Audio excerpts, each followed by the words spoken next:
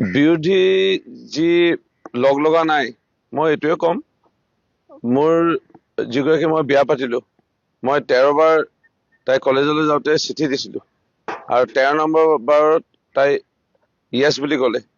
সেইকাৰণে মই চেষ্টা চলাই থাকিবলৈ কওঁ আৰু এইটোৱে ক'ম আৰু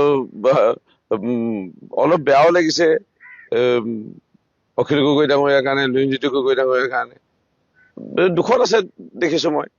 আৰু লগতে কংগ্ৰেছলৈও দেখিছো কিবা দুখত থকাৰ দৰে।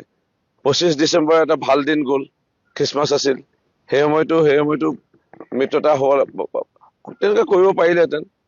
এইপিনে 31 ডিচেম্বৰ বুলি ক'লে বছৰৰ শেষ দিন, চিঞৰি চিঞৰি ক'লে অখিল গগৈ ডাঙৰীয়াই মিত্ৰতা হওক, সেইদিনাখনো নহ'ল।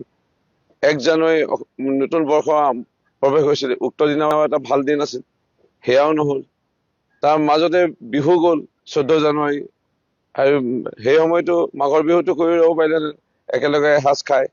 বিয়া কথা পাতে বিৰোধী যি তেওঁলোকৰ লিলি হোটেলত লিলি পাৰ্টিত বিয়া কথা পাতে। আগতীয়া বিয়া যিটো খানা, সেইটো খাই মেলি মাঘৰ বিহুটো মিত্ৰতা কৰিব পাৰিলেহেঁতেন। তাৰপিছতে আছিলে এটা অন্যতম ভাল দিন অসমৰ কাৰণে মেডাম মেফি, আৰু এই মেডাম মেফি দিনাখনো মিত্ৰতাৰ কথা পাতিব পাৰিলেহেঁতেন, তিনি গগৈ লগ হ'ব পাৰিলেহেঁতেন, সেইদিনাখনো লগ নহ'ল।